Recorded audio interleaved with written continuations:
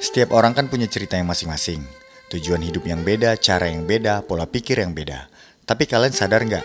Ada beberapa logika sederhana yang kita tahu, tapi lupa cari tahu kenapa dunia dan manusia-manusianya bisa ngalamin ini.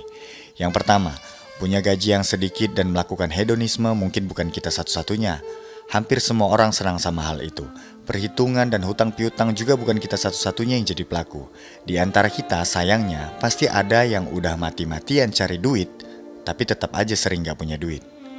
Yang kedua, sebelum terjun bebas ke dalam dunia pekerjaan, hidup kita benar-benar terasa jauh lebih tenang, tapi gak punya uang.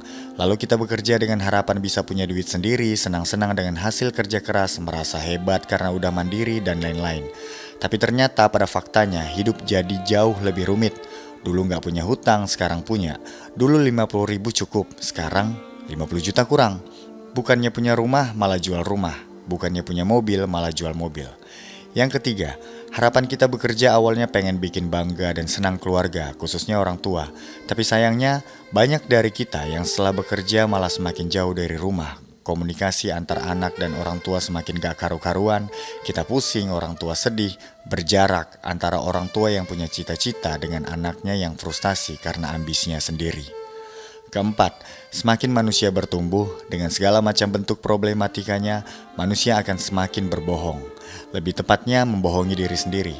Seringkali kita melakukan hal-hal yang tidak begitu menyenangkan, tapi harus dilakukan demi kepentingan bersama. Hasilnya, senyum-senyum palsu akan bertebaran di mana-mana dan badan yang remuk akan dipilih daripada harus memilih sosial yang remuk. Yang kelima, beberapa kerja keras akan mengkhianati hasil. Karena kalau kita berpikir bahwa kerja keras tidak akan mengkhianati hasil, itu namanya kepedean, egois.